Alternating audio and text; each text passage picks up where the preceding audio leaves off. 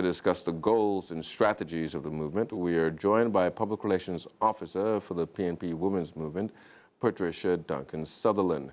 Good evening. Good evening, Council. Good evening, Oliver. Good to be here. Outstanding to have you. I'm curious. I've read the communique which has been put out. Do we not already have laws on the books that address the situation? So is it a matter of enforcement, or do we need additional legislation? Well, we have some legislation that needs to be passed. The Sexual Harassment Act needs to be passed and needs to be reviewed. Right now, in its current state, it only addresses sexual harassment in the workplace. We believe it really needs to address sexual harassment in public spaces as well, as that's a precursor to general violence against women, as well as offenses against the Persons Act, Domestic Violence Act, the Child Care and Protection Act, because a lot of the abuse that we are seeing is also against young girls, to look at how we can introduce clauses into these acts to ensure we can have evidence-based prosecution in the context that where a victim is really not feeling brave enough to come forward, that where evidence presents itself, as evidence presented itself in two videos, one included a very public figure and one used with a woman attacking a man, how can we prosecute so that we can use that as part of our prevention tool? What are mayors going to do about legislation, though? That's legislation. The legislation needs to allow for it. Yes, but you're asking mayors it can happen easily, and that a victim can easily go forward and cause this, or not a victim, somebody who is witness to it, or if it is public, it can be easily dealt with from the office of the DPP or from the police. Yeah, but the question I was asking is, what have mayors and minority leaders have to do with legislation? No, well, mayors and minority leaders, in the fight against gender-based violence, everybody's voice needs to be there, and there's other roles to be played. There is how are we going to use the community development arm of the local government structure to help us to get that conversation going between men and women at the community level. It's an important, you can't change legislation without effecting legislation on the ground and making legislation mean something. Changing a law alone won't change the way that women and men relate to each other in Jamaica.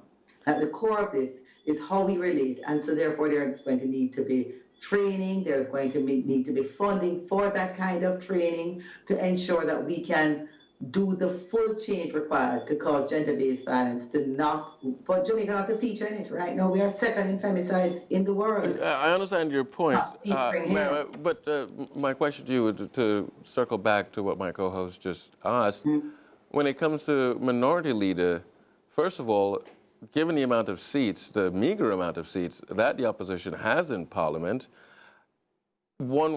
could it not be said that this is little more than virtue signaling to shame the party leader to do something which he literally has no power over at this point? No, sharing with mayors and minority leaders, of both parties. For us, gender-based violence is not a PNP thing and it's not a JLP thing. We happen to be one of the voices. Today, we joined with the Institute of Gender Studies in this protest. They organized this protest today, Thursday, in black, and we added our voices to amplify this protest today as well, as part of the amplification process. Michael Abrams has put out his voice in this regard. Some churches have come out in this regard. There was a church in Spalding today who came out and stood against it today as well. This is about all of Jamaica understanding this is all of Jamaica's problem, and we have to work together.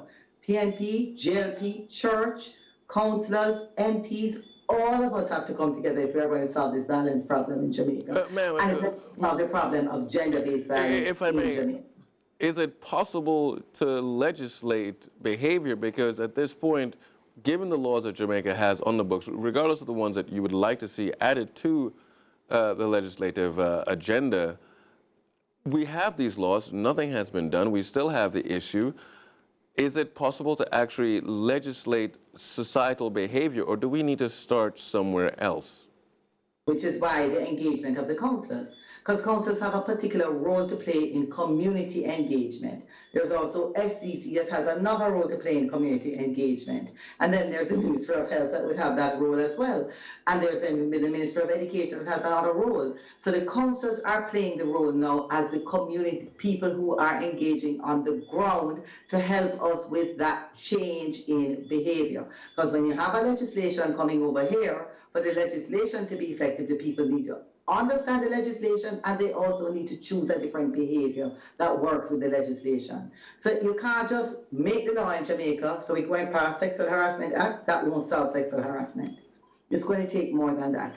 And so it needs all hands on deck. It needs councillors, it needs MPs, it needs SDC, it needs a church, it needs US Gender Studies Department as they are stepping up, it needs JFJ, it needs everybody putting their hand, it needs the police also to understand. So how we get that funding into place so we can do that kind of public education, but it can't, pointless to the public education if your legislation does not support it. So both have to work hand in hand. Patricia, Duncan-Sutherland, thank you for joining us this evening.